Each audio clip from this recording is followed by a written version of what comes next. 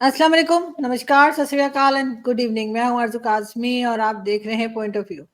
हमारे साथ जी पीयूष शर्मा जी हैं। आप सब जानते हैं सर को, हम म्यूजिक के एक्सपर्ट हैं और आज हम उनसे 1970 की बात करेंगे और साथ ही साथ वसीम अल्ताफ साहब हैं, जिनको शायद पीयूष शर्मा जी से भी कभी-कभी ज़्यादा पता होता है और मैं खुद हैरान हो जाती हूँ कि ये किधर की कहानी लाते हैं हम थोड़ी देर के लिए, तो मैं भी सोचने लगती हूँ ये कौन-सी पिक्चर है।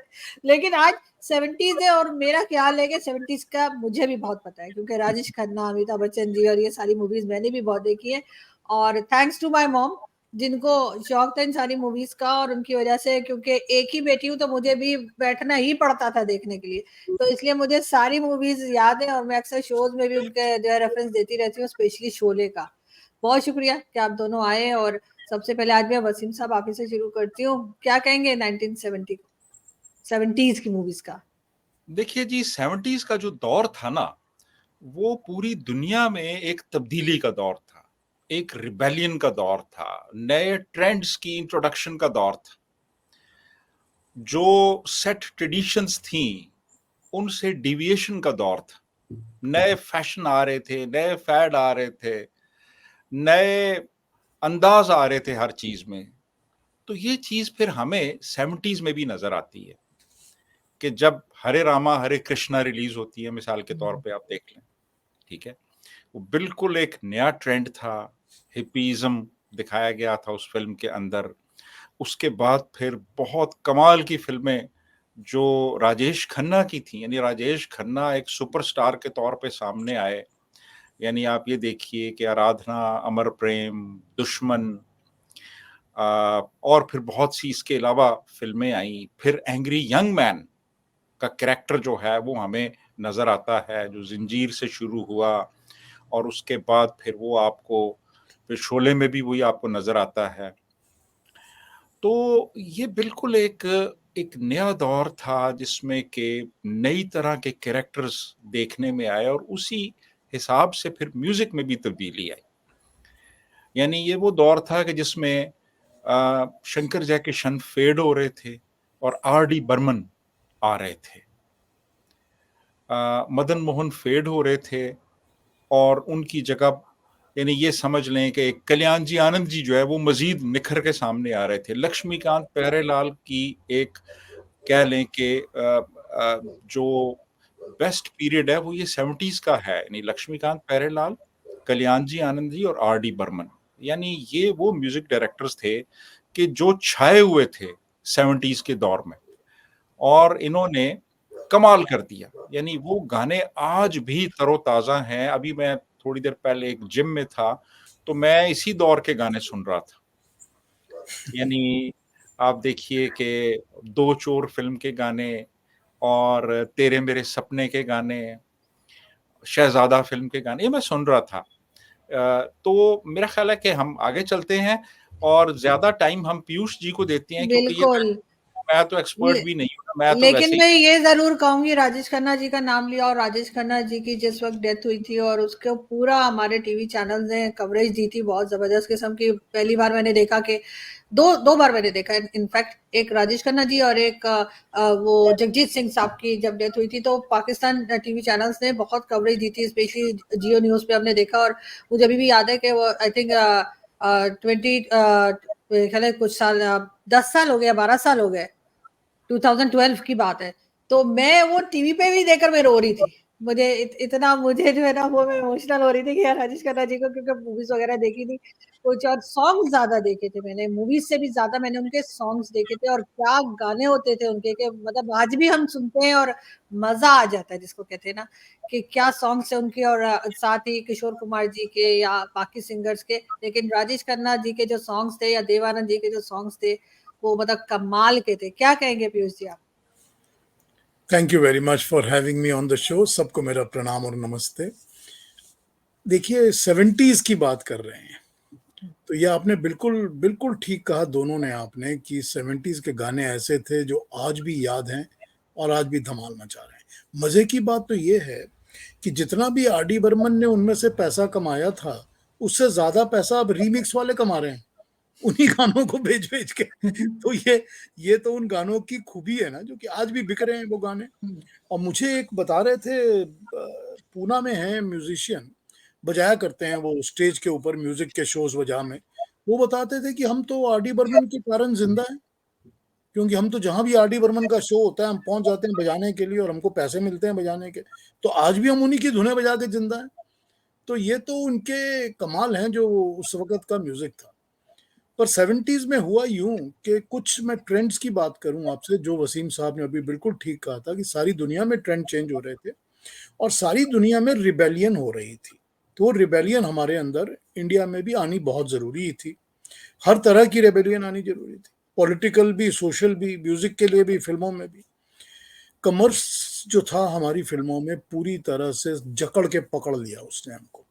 आर्ट जो था वो बैकग्राउंड पे चला गया और रिकॉर्डिंग कंपनीज जो रिकॉर्ड्स इश्यू करती थी वो तो एकदम बॉयस्ट्रस राजा हो गई। उनकी डिमांड्स बहुत बढ़ गई कि ये चाहिए, वो चाहिए, ये भी बनाना है, वो भी बनाना है, इतने गाने दो, इतने नहीं दो, ये नहीं लेंगे, इस तरह का उनका बहुत डिमांड्स बढ़ गए। तो उन डिमांड्स को सेटिस्फाई करने के लिए म्यूजिक डायरेक्टर्स के अंदर भी बहुत कंपटीशन बढ़ गई। तो जो भी अच्छा म्यूजिक नहीं दे पा रहा था उस वक्त का म्यूजिक, वो आउट हो गया। तो इस चीज में सबसे पहले तो लॉस हुआ नौशाद साहब को, कि नौशाद साहब जो थे उनकी मार्केट तो खत्म हो गई। लेकिन दूसरी चीज ये थी कि जो गुलाम मोहम्मद थे उनकी डेथ हो गई थी, तो वो डेथ होने के कारण he was not there in the field any more. But Ghulam Mohammad gave his life's biggest hit Pakeezah in 1972। तो उनकी पाकीज़ा आ गई जो कि फैंटास्टिक म्यूजिक था।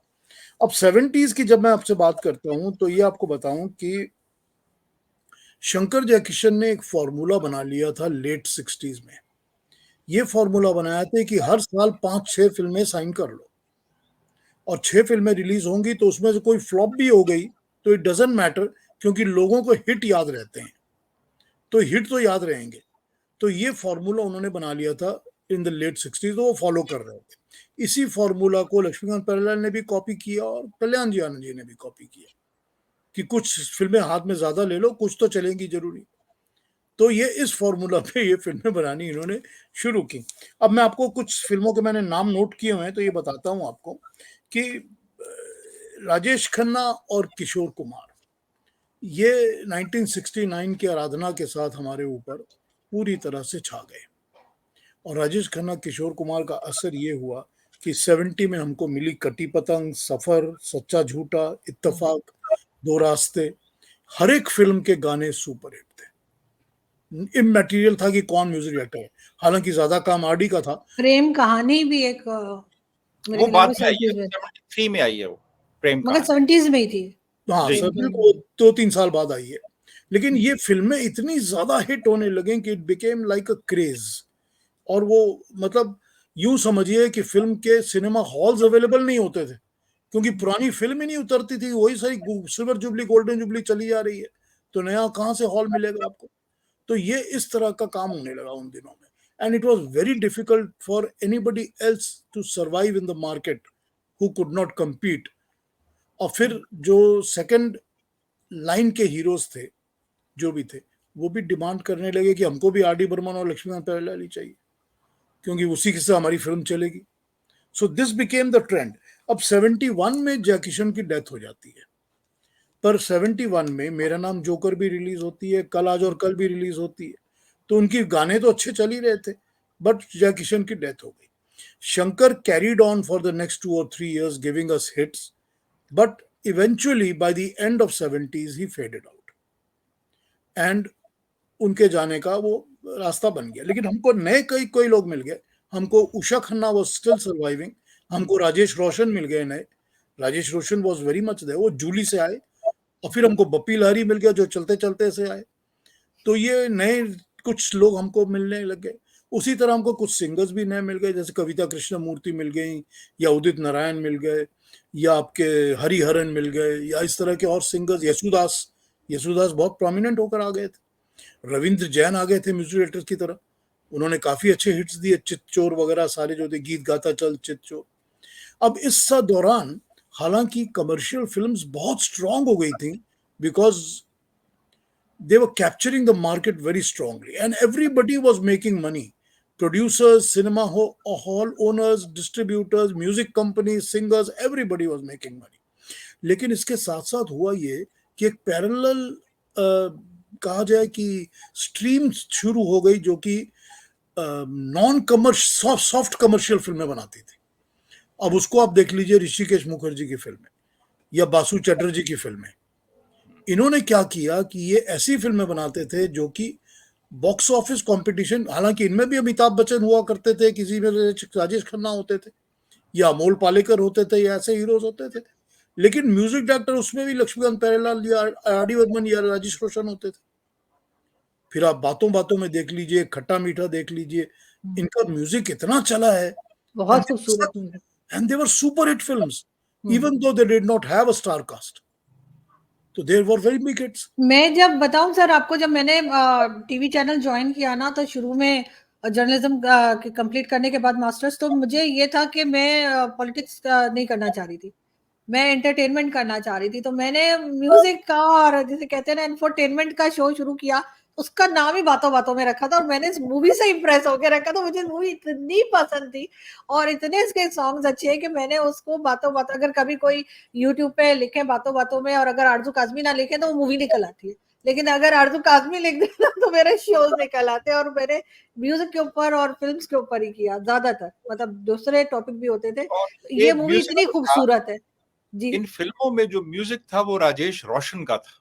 हाँ, इन दोनों में राजेश रोशन का म्यूजिक, राजेश रोशन का, और राजेश रोशन जो थे वो बेटे थे म्यूजिक रोशन डायरेक्टर रोशन के, बिल्कुल। और रोशन रहने वाले थे गुजरांवाला के, गुजरा गुजरांवाला। जी, ठीक है। लेकिन तो राजेश गुजरांवाला रोशन का जो कनेक्शन भी निकलता है यहाँ से। राजेश रोशन जो थे, उन्होंने बहुत साल लक्ष्मीकांत प्यारेलाल के असिस्टेंट की तरह काम किया था, जी, as an assistant to Laxmikant Pyarelal. तो और फिर उनकी माँ जो थी, राजेश रोशन की माँ ईरा जो थी, वो बहुत अच्छी सिंगर भी थी खुद, और म्यूजिशियन भी अच्छी थी, उनको म्यूजिक की भी अच्छी पहचान थी। अब आपको ये पता होना चाहिए कि जो जो रोशन की लास्ट फिल्म थी, क्या नाम था, अनोखी रात, संजीव कुमार और जाहिदा वाली, है ना, मिले जो फूल तो कांटों से दोस्ती कर ली। जी, जी, वो वाली जो फिल्म थी राजेश रोशन की लास्ट फिल्म, वो रोशन कंप्लीट करने से पहले मर चुके थे, तो उस फिल्म का सारा काम ईरा ने ही पूरा किया था। She was well aware of music. तो रोशन को ये मिला हुआ था, कहा जा सकता है कि उनको ये चीज मिली थी इनहेरिटेंस की, वो अच्छा म्यूजिक दे पाते थे इस चीज का। ये इसका मशहूर गाना वही है ना, दिल जो ना कह सका। नहीं, वही वो तो नहीं, वो तो भीगी रात का गाना है, भीगी रात, सॉरी, ये वो अनोखी भी रात, रोशन का ही है। रोशन का ही जी। सर एक वो भी मूवी है, और आई थी घर, उसके गाने बहुत आर डी खूबसूरत थे। बर्मन की। आरडी बर्मन। रेखा जी थी और विनोद मेहरा साहब थे। अब ये देखिए, आर डी बर्मन एक ही साल आपको हरे राम भी दे रहे थे, और उसी साल जवानी दीवानी भी वैसे ही दे रहे थे, जो कि एकदम ही दूसरे टाइप का साइकेडेलिक आपका डिस्को टाइप का म्यूजिक था, और घर भी साथ साथ दे रहे थे। तो ये उनकी खूबी थी। अच्छा, इसमें वर्सेटिलिटी। 75 तक तो एस डी बर्मन स्ट्रांग रहे, चाहे आप तेरे मेरे सपने देख लीजिए, चाहे उनकी बाकी शर्मीली देख लीजिए, जितनी भी उनकी बाकी की उस दौरान की फिल्में हैं, सब फिल्में सुपरहिट फिल्में हैं। उनकी नया जमाना, जुगनू हिट फिल्में हुआ करती थी। लेकिन उन्होंने एक कमाल ये किया था कि उन्होंने 1973 में सगीना में दिलीप कुमार के ऊपर किशोर कुमार की आवाज चिपका दी थी। साला मैं तो सांप बन गया। साला मैं तो सांप बन गया। 3 गाने थे उसमें किशोर के, दिलीप कुमार के ऊपर, लेकिन कोई सोच नहीं सकता था कि दिलीप कुमार पर किशोर कुमार को यूज किया जा सकता है। ये बर्मन का कमाल था कि उन्होंने दिलीप कुमार के ऊपर भी किशोर की आवाज, और गाने हिट हुए थे। फिल्म चली जितनी भी जहीं चली, गाने सुपर हिट हुए थे।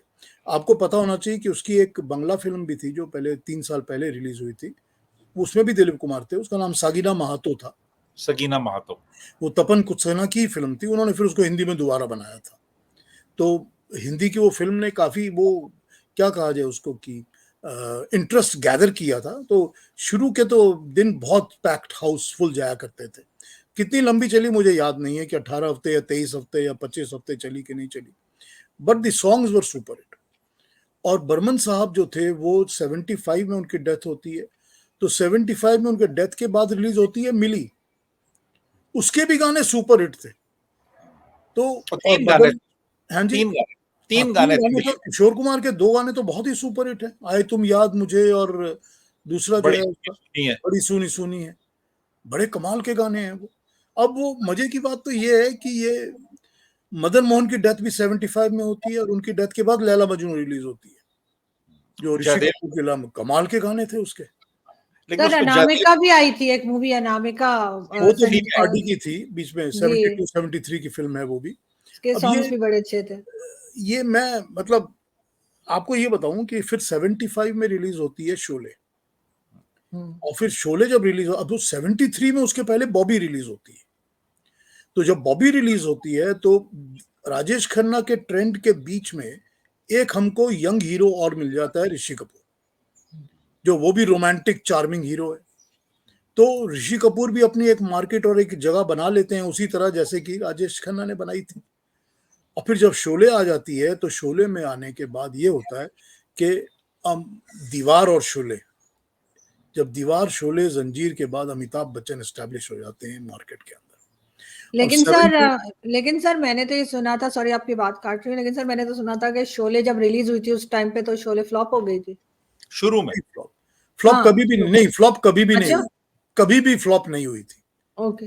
मैं आपको ये बता सकता हूँ कि मैं 75 में तो मैं एकदम मूवी गोअर यंगस्टर था, मतलब कॉलेज जाया करता था, मैं मास्टर्स पढ़ता था उन दिनों में, और I was finishing my post graduation and we were, हम फिल्में देखा जाया करते थे दोस्त यार सब। तो टिकटें ही नहीं मिलती थी शुरू शुरू के 2-4 हफ्ते, 3 हफ्ते, 4 हफ्ते तक तो कोई टिकट्स ही अवेलेबल नहीं थी, प्री बुक्ड थी सारी। Sholay was a super hit from the day one, it was super hit. एक चीज और ध्यान रखिए, ये क्या होता था कि म्यूजिक कंपनीज ना इनके रिकॉर्ड्स और म्यूजिक को पहले ही मार्केट करना शुरू कर देते थे, पहले ही इतना मार्केट हो जाते थे गाने कि एकदम गाने ही सुपर हिट हो जाते थे। रामपुर का लक्ष्मण, ठीक, उसमें रणधीर कपूर और रेखा है, वो फिल्म मतलब ऐसी फिल्म थी जिसको कहा गया था कि ये 100% फ्लॉप होने वाली है। उसके गाने इतने हिट हो गए थे, गुम है किसी के प्यार में और वो सब गाने, कि वो फिल्म गानों के ऊपर ही फिल्म चल जाया करती थी। मैं आज तक ये फिल्म सिर्फ रणधीर कपूर की वजह से नहीं देख पा रही, मुझे रणधीर कपूर भी बर्दाश्त होते ना। अब देखिए ये क्या ट्रेजेडी है कि RD बर्मन के जिंदगी का सम ऑफ द बेस्ट म्यूजिक उनने रणधीर कपूर की फिल्मों में दिया हुआ। अगर आप रणधीर कपूर की फिल्में देखेंगे तो कहेंगे क्यों RD बर्मन ने इतना वेस्ट क्यों किया इसके पीछे अपना म्यूजिक। सर वो जवानी दीवानी, हाँ जवानी दीवानी बिल्कुल पागल था वो, दैट मेड पीपल मैड। उसके रिकॉर्ड्स के लिए, मैं वो पॉलीडोर का रिकॉर्ड था जवानी दीवानी का, मुझको ये पता है कि 1 मिलियन रिकॉर्ड्स तो उसके पहले महीने में बिक चुके थे, निकलने के पहले, फिल्म के निकलने के पहले। वो सर उसका एक गाना था, सामने ये कौन आया दिल में हुई हलचल। हाँ, तो सामने ये कौन आया, वो और फिर वो जाने जा ढूंढता फिर रहा हूं तुझे रात दिन। वो गाने जो थे ना, वो तो सर उन्होंने तो तबाही फेर दी थी एक तरह से। बिल्कुल बिल्कुल, सर चढ़ के बोलते थे वो, एकदम यस, पागल हो गए थे लोग, पागल हो गए थे लोग। तो जो लोग यंगस्टर्स फिल्मों को देखते भी नहीं थे, जो कि वेस्टर्न फिल्में देखते थे, वो भी सब पहुंच जाते थे इन फिल्मों को देखने के लिए, क्योंकि गाने ऐसे थे कि बहुत अपील करते थे लोगों को। सर कसमे वादे भी एक मूवी आई थी, हाँ उसके बिल्कुल, सॉन्ग्स भी उसी अच्छे दौरान थे। बाद में आई है। वो मेरे ख्याल 78 में आई है, 78 में। हाँ, कसमे वादे बाद में आई है, 78-79 की फिल्म है कसमे वादे। तो ये होता रहा आपके 70s के दौरान। तो हमको हुआ ये, इसका असर ये हुआ कि no matter whether we were looking at the massive commercial films or we were looking at more semi-commercial artistic type of films, but we got the best of the music. लेकिन 70s में हमको sir नमकीन, मौसम और एक राजेश खन्ना जी की थी ना अमर प्रेम, उसके भी सॉन्ग्स बहुत अच्छे थे। हाँ, अमर प्रेम RD बर्मन की थी, मौसम में मदन मोहन थे। मदन मोहन थे, और नमकीन भी RD बर्मन की है। वो दिल ढूंढता है फिर वही फुर्सत के रात दिन, वो तो सर आज मौसम, भी हम इतना मौसम। सुनते हैं कि बस ना पूछिए, बहुत खूबसूरत। अच्छा सर, आपने जिक्र किया था कि आप थोड़ा सा बताएंगे हमें फिल्म अभिमान के बारे में। अरे अभी तो जरा बताइए, बहुत कमाल के गाने थे उस फिल्म के, अभिमान के। बहुत कमाल के गाने थे, बहुत कमाल के गाने थे। अभिमान में 6 गाने हैं, 6 गानों में से 5 गानों में लता मंगेशकर गा रही हैं, एक गाना सोलो है किशोर कुमार का। ठीक, अगर आपको अभिमान को समझना है ना, तो उसकी स्टोरी लाइन क्या थी? उसकी स्टोरी लाइन ये थी कि अभिमान जो फिल्म है वो एक सिंगर की लाइफ की फिल्म है, जो कि एक पॉप टॉप सिंगर है, परफॉर्मिंग सिंगर है, लेकिन उसकी जिंदगी में एक ऐसी औरत आ जाती है, उसकी बीवी आ जाती है जो कि खुद अच्छी सिंगर है, इसलिए वो उसकी तरफ अट्रैक्ट होता है। वो अट्रैक्ट भी इसीलिए होता है क्योंकि वो अच्छी सिंगर है, गायिका है। फिर वो सिंगर को इंट्रोड्यूस कर देता है फिल्म में, और वो उससे ज्यादा मशहूर हो जाती है और पॉपुलर हो जाती है, और उसकी कीमत, पेमेंट्स इससे डबल हो जाती है, और इस चीज को वो बर्दाश्त नहीं कर पाता। तो ये कहानी थी ना बेसिकली, इसी को अभिमान कहा गया इसमें। लेकिन अब ये समझिए कि ये फिल्म जो थी, ये बर्मन दादा ने इसकी स्टोरी, जो भी इनकी स्टोरी इनके पास थी, बंगाली स्टोरी है इसकी, जो भी स्टोरी इनके पास थी, वो इनके पास सत्यकाम और आशीर्वाद जब बना रहे थे ऋषिकेश मुखर्जी, तो ये स्टोरी इन्होंने फाइनलाइज कर ली थी। और फाइनलाइज करने के बाद ये पहला इन्होंने काम ये किया, क्योंकि ये म्यूजिक बेस्ड सिंगर्स की स्टोरी है, इन्होंने बर्मन दादा के साथ स्टोरी शेयर कर ली और कहा कि जब भी मैं फिल्म बनाऊंगा मैं तुमको लूंगा, इसके गाने सोचो, तुम गाने सोचो, सोच लो, फिर इसको बनाएंगे। तो इसका नाम पहले रखा गया राग रागिनी। इस फिल्म का नाम राग रागिनी रखा गया। राग रागिनी के नाम से कहा हम फिल्म बना रहे हैं, पर प्रोड्यूसर्स उस वक्त एम्पल मिले नहीं, काम बना नहीं, शुरू हुआ नहीं। तो ये इन्होंने कहानी किसी फिल्म के दौरान अमिताभ को सुनाई। तो जया और अमिताभ उन दिनों ऑलरेडी देवर टीम टुगेदर, तो इंस्टीट्यूट के दिनों से लवर्स थे। तो वो जब उन्होंने ये कहानी सुनी तो उन्होंने कहा नहीं, हम फिल्म प्रोड्यूस करते हैं, तो हम इसमें पैसा लगाते हैं। तो अमिताभ और जया ने इसमें पैसा लगाया और उन्होंने फिल्म बनानी शुरू की। अब देखिए, मुझे मजरू साहब ने कहा था कि ये बर्मन दादा की एक खूबी होती थी कि वो वेट नहीं करते थे किसी का। उनको पता है कि मुझको फिल्म मिल रही है, तो जो उनको लिरिसिस्ट पसंद आता था उसको फोन करके बोलते थे गाने लिखने शुरू कर दो। प्रोड्यूसर तुमको हाँ बोले या ना बोले, I don't care, I want you, you start. और उसी तरह से अपने सिंगर्स को फिक्स कर लेते थे कि मेरे को ये गाना इसके लिए, ये गाना इसके लिए, ये गाना इसके लिए। बर्मन दादा ने मजरू को कॉल कर दिया। मजरू कहते हैं मैंने मुझको पूछा कि मुझे तो प्रोड्यूसर्स ने कुछ कहा नहीं, आप मुझे फिल्म ऑफर कर रहे हो। कहते तुम गाना लिखना शुरू करो, मेरे पास आ जाओ, प्रोड्यूसर से मैं बात कर लूंगा। तो इस तरह तो अभिमान के गाने शुरू हुए। अब आपको अगर फिल्म समझनी है तो ये स्टोरी लाइन को दिमाग में रखिए। दिमाग में रखकर आप सिर्फ एक गाने को बार बार सुनिए। कौन सा गाना? तेरी बिंदिया रे, रफी और लता का डुएट। अब वो गाना जब चल रहा है, उस गाने के बाद उस जो महफिल जो है जहां उनकी शादी की पार्टी हो रही है, उस महफिल में एक उस्ताद आए हुए हैं जिनका नाम है डेविड। वो डेविड वहां बैठे हैं, जिनको कि बहुत ऊंचा समझा जा रहा है उस वक्त, तो आए हैं, उनके पाँव छुए उनके। और डेविड साहब कमेंट करते हैं कि अगर ये दोनों एक साथ ना गाएं तो ऐसा ही, तो ही बच्चा, तो ही अच्छा है। वो डिक्लेयर करते हैं ना अमिताभ बच्चन का, आज के बाद हम दोनों एक साथ गाया करेंगे। और डेविड साहब कहते हैं ये गलती ना करो, तो ये दोनों एक साथ ना गाएं। यहीं से तो फिल्म की स्टोरी लाइन शुरू होती है ना। अब आप ये सोचिए कि इस गाने में ऐसा क्या था कि डेविड ने ये कमेंट किया, और इस गाने में ऐसा क्या था कि इसको रफी से ही गवाया गया, इसमें किशोर को यूज नहीं किया गया। हालांकि वो आपको इंट्रोड्यूस करते हैं कि मीत ना मिला रे मन का किशोर की आवाज, कि वो किशोर कुमार का सिंगर है ये आदमी, ठीक। लेकिन फिर बाद में जब वो अपनी शादी में गा रहे हैं, अब उसमें यूं है कि जो लता के पार्ट्स हैं उसमें बर्मन दादा ने मुर्कियां, ट्विस्ट और टर्न्स ज्यादा दिए हैं, रफी की आवाज में नहीं दिए हैं। हालांकि रफी 100% पर उतने ही गुणी सिंगर हैं जितनी लता हैं, कोई उनमें डिफरेंट वो तो था नहीं 19-20। अब प्रॉब्लम ये थी कि कहां से समझा जा सकता है कि लता बेटर है। यहां पर वो लता को बेटर दिखाने के लिए उन्होंने वहां पर लता के नोटेशंस में थोड़ा सा ट्विस्ट और टर्न्स और मुर्कियां ज्यादा डाली हैं, रफी के उसमें नहीं डाली। जब आप इसको फिर 2-4 बार सुनेंगे तो आपको लगेगा कि हाँ, इसी तरह से इन्होंने दिखाया है कि लता बेटर सिंगर है। उसी लाइन को जो रिपीट कर रही है, जो ये गा रहा है उसी की वो रिपीट कर रही है, पर रिपीट दूसरी तरह से कर रही है। कैसे कर रही है? अपना हुनर दिखा रही है। तो ये उन्होंने दिखाना था। अगर वहां पर किशोर होता तो प्रॉब्लम हो जाती, क्योंकि किशोर उतनी रफी की तरह की सॉफ्ट मुर्कियां ले नहीं सकता था। तो ये उन्होंने इसीलिए उसमें किशोर की जगह रफी को यूज किया है। अब रफी को यूज करने के बाद उन्होंने ये असर दिखा दिया आपको कि मैं लता को सुपीरियर दिखाना चाहता हूँ। लता के आप बाकी के गाने देख लीजिए, नदिया किनारे जो उसका पहला गाना है लता का गाया हुआ, ऐसा कमाल का गाना है, ऐसा कमाल का गाना है। उसके बाद का गाना अब तो है तुमसे हर खुशी अपनी, और उसके बाद का गाना पिया बिना पिया बिना, आप लता के सोलो सुन लीजिए इसमें, वो वर्ल्ड क्लास सोलो है, उसकी जिंदगी के बेस्ट गाने बोलेंगे आप ये लता के, इतने सुंदर बनाए हुए हैं बर्मंदा ने गाने खूबी के साथ। अब उनको दिखाना था कि इस इंसान के अंदर इतनी ईगो आ गई है कि ये ईगो से जल रहा है अभी, वही दिखाना था ना उनको।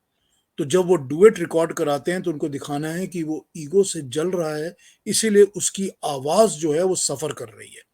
तो अब वो गाना मनहर उदास से गवाते हैं, ठीक है, कि देखो इसकी आवाज का, ताकि एपेरेंट हो जाए कि तुम उसके बराबर कुछ नहीं हो, ये एपेरेंट हो जाएगा कि उसके बराबर कुछ नहीं हो। और उसके बाद जब वो फाइनल गाना देते हैं आपको, आखिर का गाना तेरे मेरे मिलन किए रहना, उसमें वो क्या करते हैं, उसमें वो उसको स्टेज पे लाके फिर दे रहे हैं कि ये ओरिजिनल अपनी आवाज में ही गाएगा, किशोर की आवाज में, क्योंकि स्टेज पे गा रहा है फिर से। लेकिन अब क्योंकि उनको एक इमोशनल इफेक्ट देना है, कंपिटिटिवनेस बिल्कुल नहीं देनी, तो इमोशनल गाने में वो टैगोर की, रविंद्रनाथ टैगोर की ट्यून को यूज करके एक इमोशनल गाना तैयार करते हैं जो कि सॉफ्ट इमोटिंग होना चाहिए। दैट्स व्हाई ही प्रिपेयर्स तेरे मेरे मिलन किए रहना। अब ये पूरी की पूरी फिल्म जब आप देखते हैं ना, और ऋषिकेश ने क्या ट्रीटमेंट दी है फिल्म की, कमाल की डायरेक्शन है फिल्म की, और वो आपको फिर समझ में आता है बिल्कुल कि म्यूजिक सर, बिल्कुल। मैं बहुत खूबसूरत फिल्म है, मैंने तो मेरे ख्याल है 2-3 बार देखी है, जब स्पेशली सॉन्ग्स की वजह से। लेकिन सर एक फिल्म और थी राजेश खन्ना जी की, आपकी कसम, उसके भी एक सॉन्ग्स चीज बहुत अच्छे थे। एक चीज मैं ऐड करना चाहूंगा, अनिल अरुण का अरेंजमेंट था, म्यूजिक अरेंजमेंट अनिल अरुण का था। और इसमें और कुछ आपको पीछे आवाजें अनुराधा पौडवाल की सुनती हैं। वो उनके फादर थे ना, अरुण। नहीं नहीं नहीं, वो हस्बैंड थे ना। सॉरी, हस्बैंड थे उनके। जी। तो वो उनका नाम लेना जरूरी था, क्योंकि इंतहाई खूबसूरत म्यूजिक अरेंजमेंट था। लेकिन जो अरेंजर्स होते हैं ना, ये जनरली ये नजरों से ओझल हो जाते हैं, इनको कोई भी प्रोजेक्ट नहीं करता। ठीक है, बिल्कुल बिल्कुल सही है, सही है। लेकिन सर आपकी कसम के सॉन्ग्स बहुत अच्छे थे, बहुत अच्छे जय थे, जय शिव शंकर और बहुत ये अच्छे गाने सारे थे। सॉन्ग्स। अरे आपको और एक जी एक कमाल की जी जी। बात बताता हूँ आपको, ये किसी ने आपको नहीं बताया होगा और आप पता भी नहीं होगा आपको। आप जय जय शिव शंकर सुन लीजिए फिर से, आपने गाना बोला तो मुझे याद आ गई बात। जय जय शिव शंकर के एंडिंग में किशोर कुमार बोल रहा है बार बार, लोग जोर से बजाओ, ईमानदारी से बजाओ, बोल रहे हैं, हाँ, याद होगा आपको। बिल्कुल। उन चीजों को, उन हिस्सों को जरा बड़े ध्यान से सुनिएगा।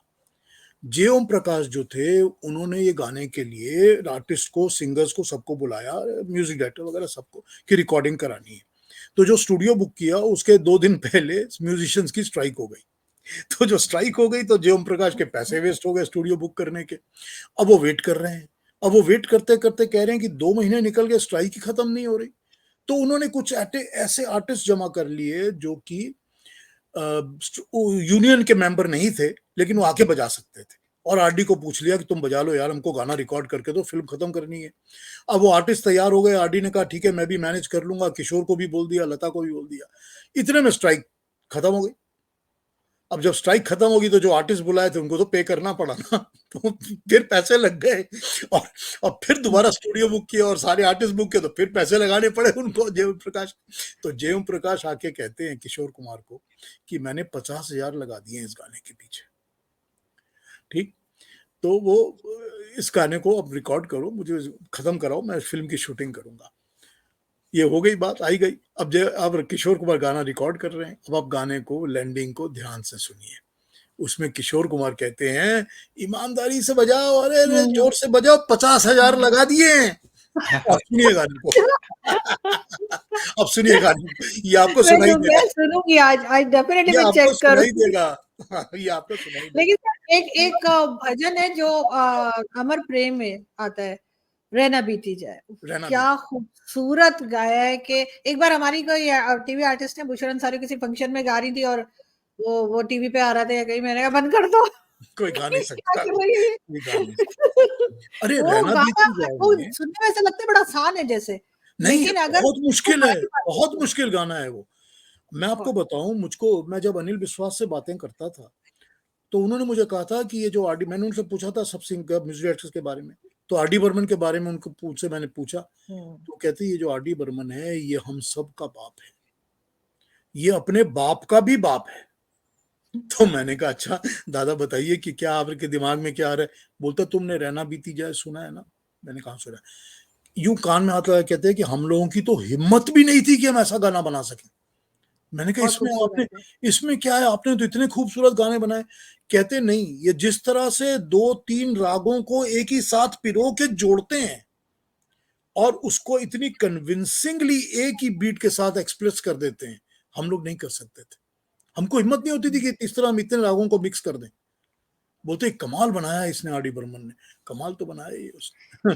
और वो सलील चौधरी मुझको कहते थे आंधी का म्यूजिक सुनो, आंधी का सुन के लगता है कि out of this world music है। वो सलील चौधरी कहते थे ऐसा लता से किसी ने गवाया ही नहीं मैंने कभी जैसा इसने गवाया है। सर कटी पतंग जो थी सर, उसके गाने कमाल थी, कमाल के गाने, कमाल के गाने थे, किशोर के और सबके सब। मतलब जी ज्यादातर सॉन्ग जो है वो इत्तेफाक से राजेश खन्ना जी के या फिर देवानंद साहब के हिस्से में आए। देवानंद जी के भी जो सॉन्ग्स होते थे, चाहे वो 50s के हो, 60s के हो, या कुछ भी, बात तो हम 70s की कारण, लेकिन मेरे ख्याल ये मूवी पुरानी है, मुझे मूवी का नाम नहीं याद, लेकिन वो था ना हर बात को धुएं में उड़ाता चला गया, वो एक था ना, जिंदगी का साथ निभाता चला गया, हम दोनों का गाना 62 में आई थी वो, हम जयदेव का 61 में या 62 में आई थी जयदेव। लेकिन देवानंद की फिल्में तो फिर हरे राम हरे कृष्णा थी, या फिर हीरा पन्ना थी, या देश परदेश थी, आती रही ना 70s में भी, and he was still a hit।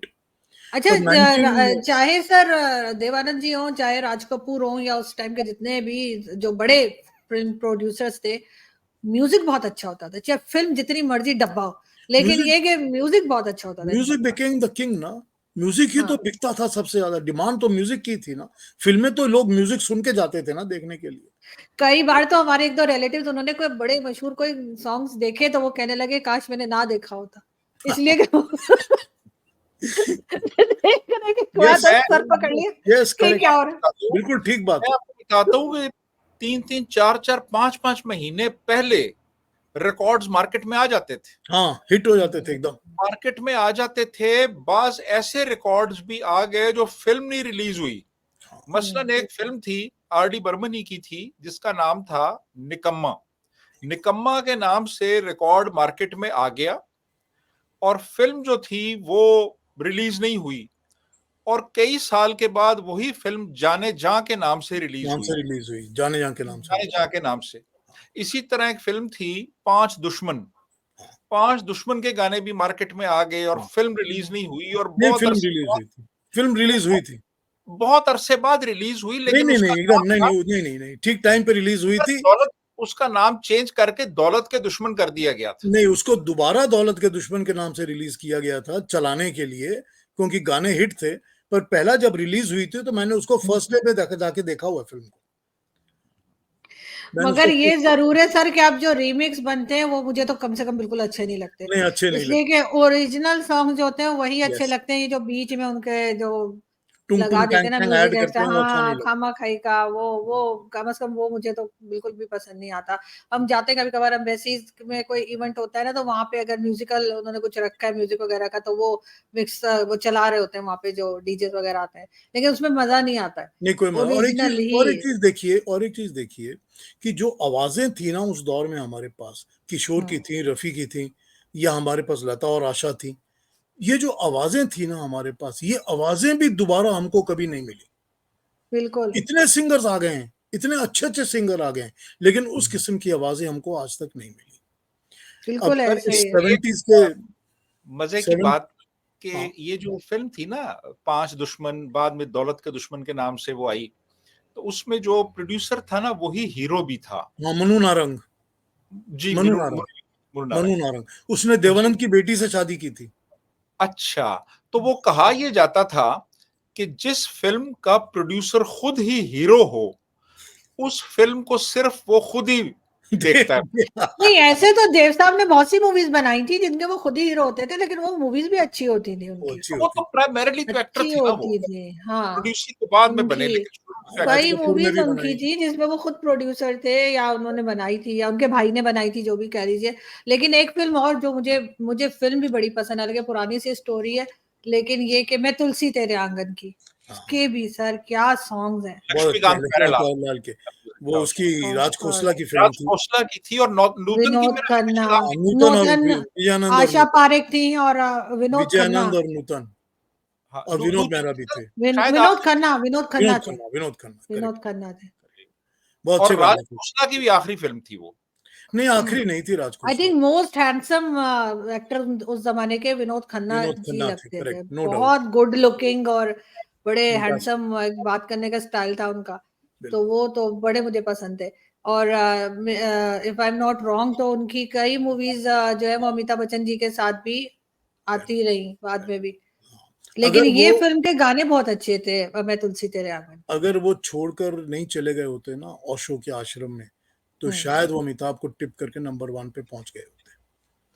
ये हाँ सब बिल्कुल, कहते हैं, बट वो ठीक मगर है, ये कि वो उस अपनी डेस्टिनी। मर्जी से जिए, वो हर हाँ, चीज अपनी उन्होंने मर्जी। अपनी मर्जी से, कभी भी छोड़ के चले गए फिर वापस आ गए। पाकिस्तान भी वो आए थे, जो मैंने जहां तक वीडियो देखी, इमरान खान के हॉस्पिटल जो था शौकत खानम जब बन रहा था उस वक्त, उस जमाने में वो आए थे, रेखा जी भी आई थी, और वो वीडियोस भी जो है वो यूट्यूब पे मौजूद है, और बड़ा अच्छा गा भी रहे थे, आज जाने की जिद ना करो, मतलब ठीक ठाक गा भी लेते थे। तो मुझे तो खैर बहुत ही पसंद है वो भी, जब उनकी डेथ हुई मुझे बड़ा अफसोस हुआ था, क्योंकि मुझे बड़ा शौक था उनसे मिलने का। एक गुलजार तो साहब की फिल्म थी जिसमें कोई गाना नहीं था, उसका नाम लेकिन था अचानक, अच्छा, अचानक, हाँ वो भी देखी है मैंने। विनोद खन्ना की। हम्म, विनोद खन्ना की बहुत ही अच्छी एक्टिंग है उसमें इनकी, हम्म, और बड़ी अच्छी जी, फिल्म है वो, बड़ी अच्छी लगती है वो फिल्म। बहुत बिल्कुल। सॉन्गलेस फिल्म थी उनकी, गुलजार साहब की। वो गुलजार साहब ही बना सकते हैं सर, जिसमें सॉन्ग भी ना हो और पिक्चर इतनी इंटरेस्टिंग हो कि आपको फील ही ना हो कि इसमें सॉन्ग की कोई जरूरत है, उन्होंने वरना मेरे तो अपने बनाई थी, उन्होंने हम्म, कोशिश बनाई थी, मौसम बनाई है, इन दौर मेरे पर अपने उनकी। का वो है ना, रुक जाना नहीं कहीं तुम हार के, ये नहीं सॉन्ग नहीं नहीं, उसका है। मेरे अपने नहीं का नहीं नहीं वो नहीं, नहीं है, मेरे अपने का है कोई होता जिसको अपना हम अपना कह लेते यार। रुक जाना नहीं, एक दोस्त। और भी थी, रुक जाना इम्तिहान का, हाँ इम्तिहान का इम्तिहान, वो इम्तिहान, आरडी इम्तिहान, बर्मन, आरडी इम्तिहान। बर्मन का मेरे परिचय, अपने सर एक सलीम फिल्म आई कौल। थी परिचय, परिचय, परिचय, आर डी परिचय, उसके बर्मन। भी आरडी सॉन्ग्स बर्मन। बहुत अच्छे थे। हाँ, हाँ वो थी बिल्कुल। माय फेयर लेडी, नहीं सॉरी, नहीं वो नहीं थी नहीं नहीं, वो sound of sound music, of music, sound of music. Sound of music. हाँ, इसका माय मतलब फेयर हम लोगों ने 70s में बहुत फिल्में देखी है, 70s की फिल्में हम लोगों ने बहुत देखी है, क्योंकि 50s मुसाफिर और हूँ 60s याद। में मैं चुप बैठी थी, ऑडियंस भी कह रही थी ये बस चुप बैठी हुई है, जो नीचे कमेंट्स आए ना उन्होंने कहा ये चुप करके बैठी, मैंने कहा नहीं तो जरा 70s फिर मैं बताती हूँ। लेकिन ये कि बहरहाल मूवीज बहुत अच्छी आई 70s में, वो तो 80s में जाके मैंने सुना कि 3-4 साल जो है फिल्म फेयर अवार्ड्स तक नहीं हुए, इतनी डब्बा फिल्म आई थी कि उनको समझ नहीं आ रहा था अवार्ड किसको देना है, नहीं तो देखिए, 2-3 साल देखिए वही नहीं। जी। 1980 में रफी साहब की डेथ हो जाती है, हम्म, ठीक। सो हमारे को सबसे बड़ा लॉस तो हो जाता है कि रफी इज गॉन। हम्म, कोई रफी की रिप्लेसमेंट तो थी नहीं, लेकिन आप ये सोचिए कि उसके पहले 77 78 में सडनली कवालियां हिट हो जाती हैं। अमर अकबर एंटनी में कवाली हो जाती है, हम किसी से कम नहीं में कवाली हो जाती है, और कवालियां हिट होने लग जाती हैं। जमाने सो दिखाने की कवाली हिट हो जाती है। तो सडनली कवालियों का एक मूवी का दो थोड़ा डिफरेंट स्टाइल की कवाली है, मगर आ जाती है ना पूरी उसके साथ, पूरे डिस्को म्यूजिक के साथ, तो वो हिट होने लग जाती है। और उसके बीच में जो कवाली में सबसे अच्छे गाने वाले थे रफी साहब, वो चले जाते हैं। तो एक सिंगर की बहुत बड़ी गैप हमारे पास आ जाती है। किशोर कुमार जी की भी मेरे ख्याल है 80s में ही, हाँ 84 या 87 में, 87 में 87 में, किशोर कुमार की डेथ 80s में ही, बिल्कुल। बिल्कुल। लेकिन वो म्यूजिक जो है ना, वो इतना ज्यादा क्योंकि कमर्शियल हो गया था हम्म, ना, कि then the demand started becoming very high, कि हमको ये भी चाहिए, वो भी चाहिए, ऐसा चाहिए, वैसा चाहिए। So the music started suffering, और स्टोरी लाइंस भी फिल्म की थोड़ी खराब होने लग गई, वो भी फॉर्मूला हम्म, पर ही टिकने लग गई। हम्म, तो देन दे स्टार्टेड सफरिंग।